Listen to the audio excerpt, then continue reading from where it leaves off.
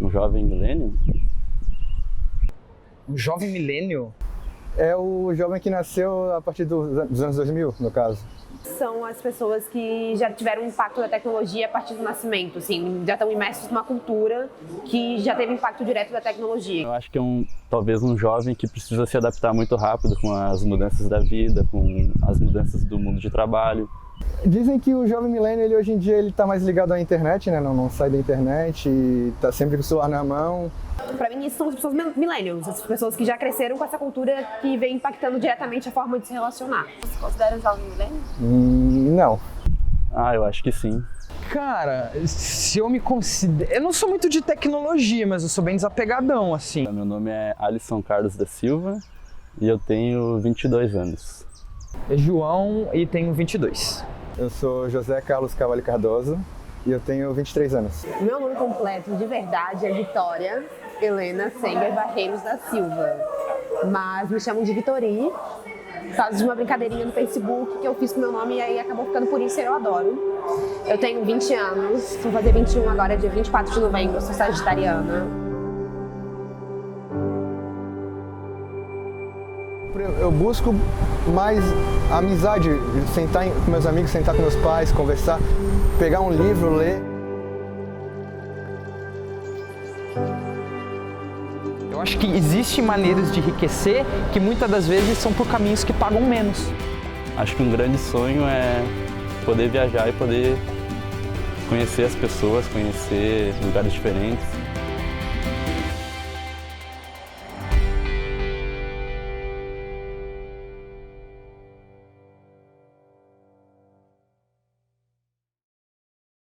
Aceitou.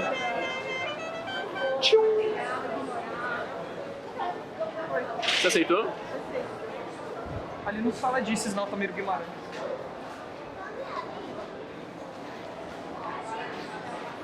Aí, você viu? Eu tô desde as 4 com a rádio ligada. A rádio paga melhor, chama. Aí ligou um pouquinho, chama. Esse é do iFood, João? O iFood chama mais porque a taxa é menor, então as pessoas têm mais o iFood, tá ligado? Então, a Rappi entrou na minha vida quando eu cheguei aqui em Floripa, aí eu consegui um emprego numa loja de tênis, fiquei um tempo lá e logo saí. E daí eu vi as pessoas andando de bicicleta aqui, e daí numa necessidade de sobreviver, eu falei, cara, vou baixar esse aplicativo e vou começar a fazer, e daí foi quando eu comecei a trabalhar na Rappi. O que acontece? Essa modalidade de emprego, principalmente falando de bicicleta, ele vem associado com uma propriedade que é o exercício físico, cara. Então, tipo, eu comecei como necessidade, mas chegou um momento onde aquilo se tornou um vício. O vício de andar de bicicleta, de fazer um exercício, entendeu? Então, tipo, não me incomoda até porque é uma coisa que eu gosto, é um hobby remunerado, entendeu? Lógico que eu fui perceber que era um hobby remunerado no meio do caminho já. Quando a gente pensa no uso das tecnologias, né, a ideia de tempo para o trabalho e tempo para não trabalho, ela se dilui. Quando eu consigo perceber que o trabalho que eu faço me produz ou me traz como retorno prazer, a relação que se estabelece ali faz com que eu ache que responder um e-mail ao final de semana é normal, é natural, ou que está trabalhando 15 horas porque eu estou ali imerso num projeto de uma coisa super bacana, não me causa dano. No entorno deste, você tem um grande conjunto de trabalhadores, e muitos deles jovens, né? Que têm as piores condições de trabalho, que estão na informalidade, né? Que não têm direito trabalhista nenhum, que não têm um contrato seguro, que estão vulneráveis no mercado de trabalho, né? Tu não acha que trazendo o teu trabalho para dentro do teu lazer, você acaba confundindo um pouco as coisas? O que é o teu trabalho laboral? Qual é o seu momento de trabalho? Qual é o momento do João estar tranquilo, fazendo o que ele gosta?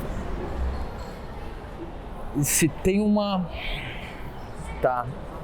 Não, cara, não sei, eu preciso pensar nessa situação. Se me incomoda o fato do meu tempo de lazer você tá... Não, cara, pior que não, sabe? Porque assim, o tempo que você tá trabalhando na RAP é um tempo, por exemplo, eu gosto de bike, é um tempo onde eu tô, sei lá, trabalhando na beira-mar, entendeu? Eu tô trabalhando vendo o dia, eu tô trabalhando, eu saio de casa, passo numa quitanda, compro uma fruta e vou pra praça comer uma fruta e esperar uma corrida chegar.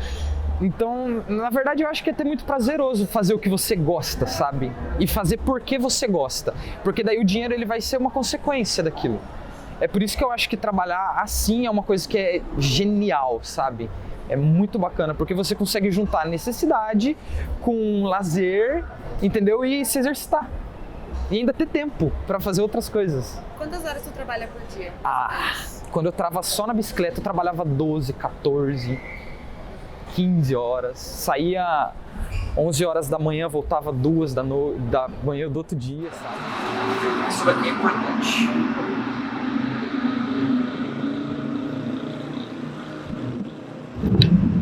As pessoas também batem. Você sofreu algum acidente?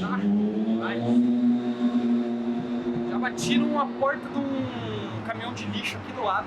Os caras pararam em cima, tipo, entre a rua e a calçada, no meio da ciclovia, eu tava passando por dentro, a mulher abriu a porta.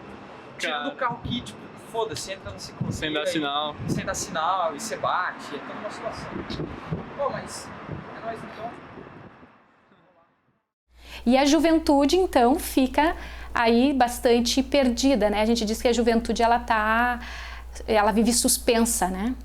Porque ela não tem possibilidade de ter acesso aos empregos.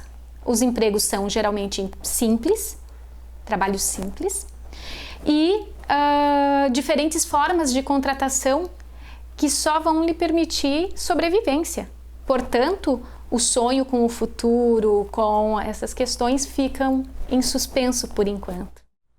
Primeiro eu pretendo me formar, eu acho.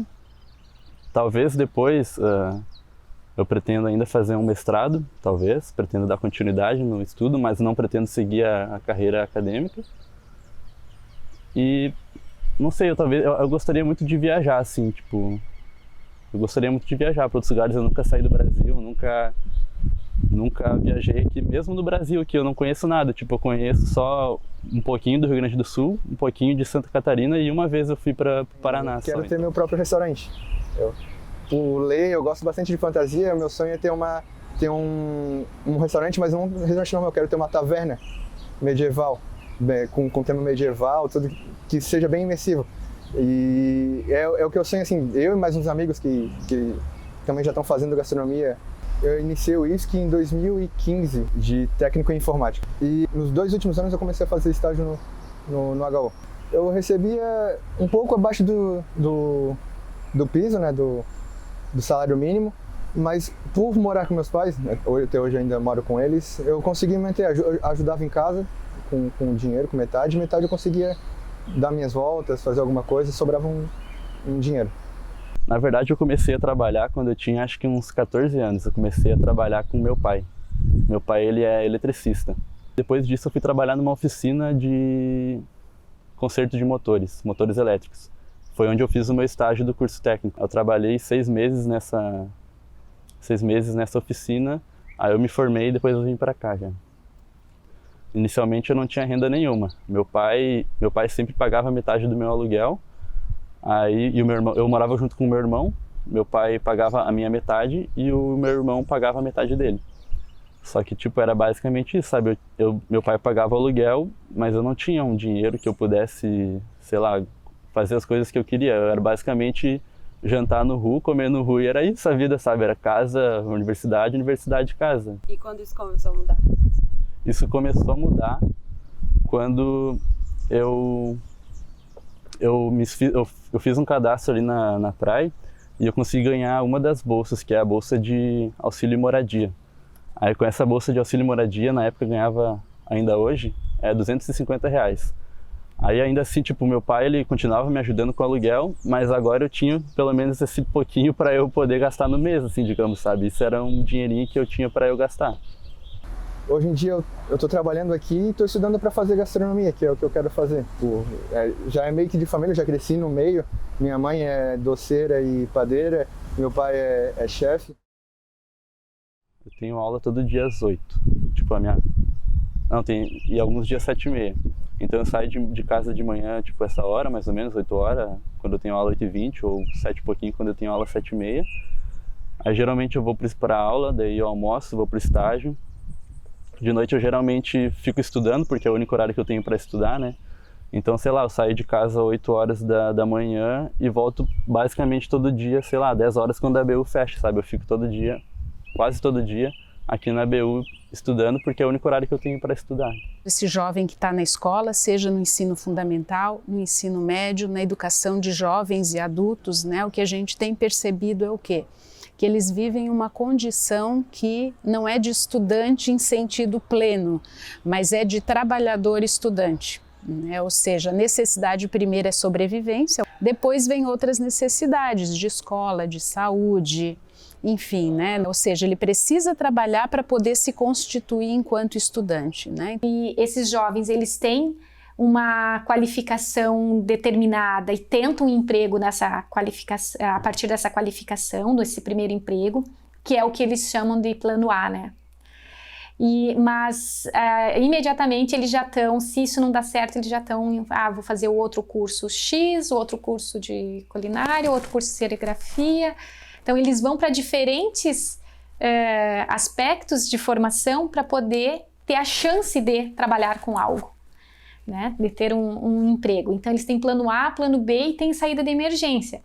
E o que a gente tem visto? Que a saída de emergência geralmente tem sido os empregos vinculados a aplicativos, né? Entregador pode ser de bicicleta, pode ser a pé, pode ser de carro, né? Pode ser Uber, o 99 e tudo mais, né? O primeiro trabalho que eu fiz no ano foi fazer o RAP. Foi em janeiro, eu acho. Foi bem quando o aplicativo estava chegando aqui em Florianópolis, então tinha uma demanda muito grande, tinha bastante gente, eu acho que viu isso como uma oportunidade de ter uma renda extra, e eu também fui um deles, né? Aproveitei essa oportunidade, daí eu fiz o RAP por 1 mês e meio, mais ou menos, fiz o RAP.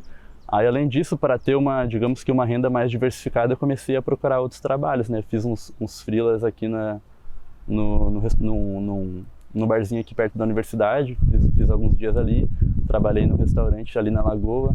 Aí, além disso, refiz a instalação elétrica de um hostel lá no Rosa. E aí se formou em técnico de informática, trabalhou no HU, ficou 1 ano desempregado por quê? É porque hoje em dia tem muita gente que tem técnico e tudo, mas eu creio que o pessoal tá mais buscando mais pessoal graduado mesmo, que tem a graduação, tem uma faculdade. E é bastante concorrido no caso. Hoje qualquer adicional a mais, qualquer especialização a mais, eles estão buscando essa pessoa. Aí eu acho que ficou meio complicado. Também na área que eu fiz, né, informática, na área de tecnologia, tem bastante gente que foi formada nisso. Entendi. Então tu acha que o mercado não tinha tantas possibilidades de emprego na área que tu se graduou primeiramente? Sim, sendo Santa Catarina, na verdade Florianópolis, um polo da tecnologia, tem bastante vaga de trabalho, mas também tem bastante gente, né? É o mesmo número de oferta e demanda, no caso.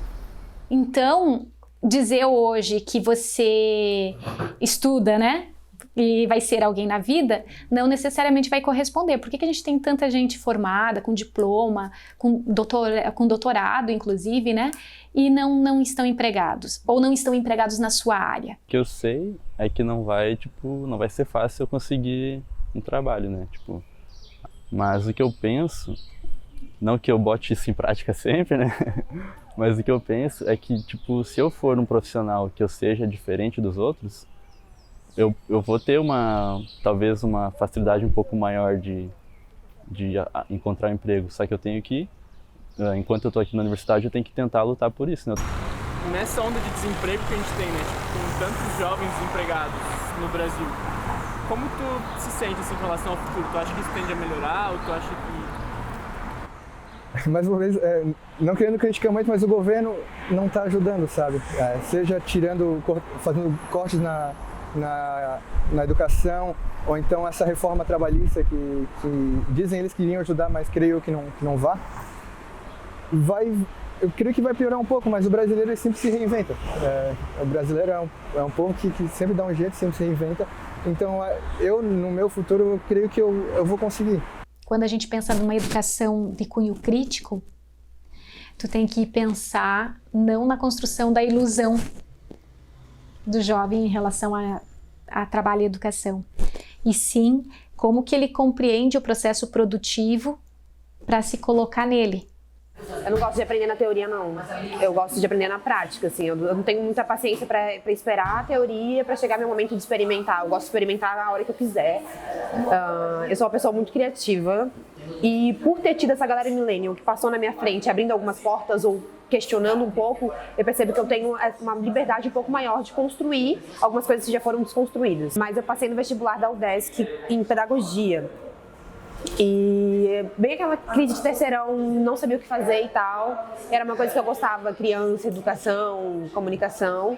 Aí acabei fazendo vestibular pela primeira vez para testar e aí eu passei em segundo lugar. Daí meus pais simplesmente, basicamente me soltaram aqui e falou, lide, cursei até a 5ª fase.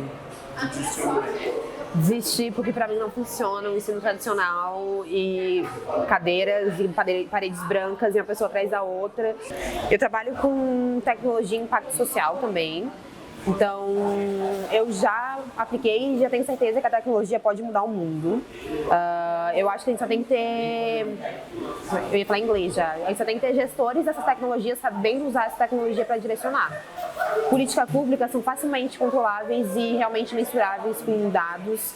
Automatizações de diálogos, por exemplo. Eu tenho uma robô que luta contra o racismo no Twitter. Lá ela explica vários termos racistas que o Brasil usa e muitas vezes pessoas negras nem têm obrigação e não têm paciência para explicar isso para pessoas brancas.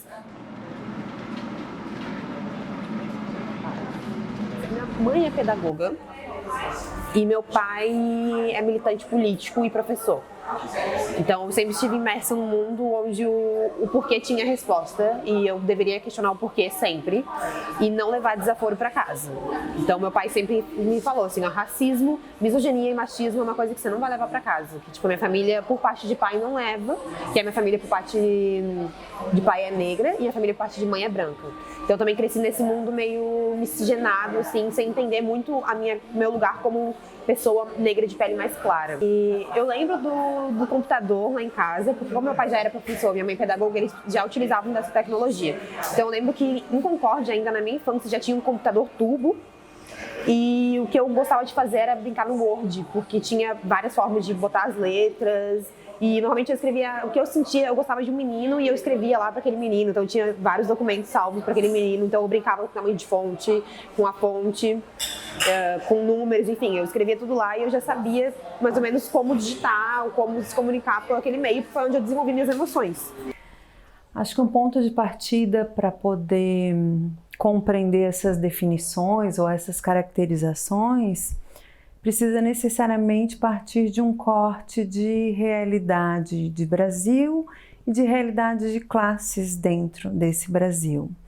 Quando a gente fala em gerações X, Y ou Z, a referência é sempre ano, né, de nascimento. Então, nascidos entre 2000 e 2010, por exemplo, acabam caindo dentro de uma determinada especificidade que acaba sendo associada a um tipo de geração.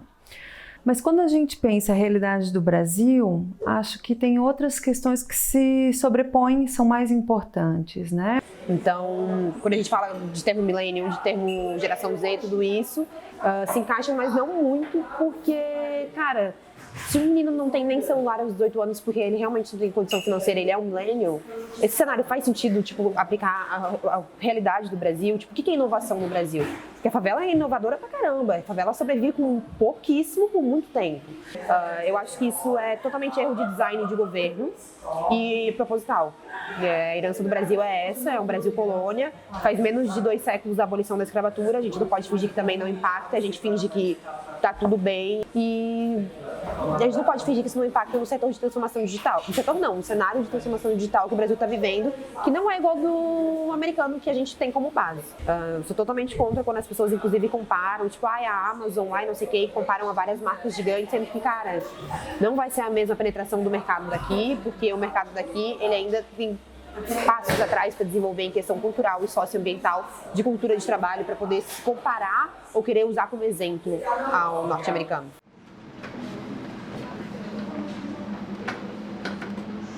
Olha, eu sou uma das pessoas mais confiantes e que você vai conhecer sou eu, assim, e pode soar como arrogante para algumas pessoas, mas foi nessa fase e com essa educação que eu aprendi a ser confiante e a negociar salário e a falar isso eu não quero, ou dar minha opinião muitas vezes quando eu não fui convidada, ou ser convidada a dar uma opinião, me sentir segura para dar essa opinião e saber recuar quando eu não sei.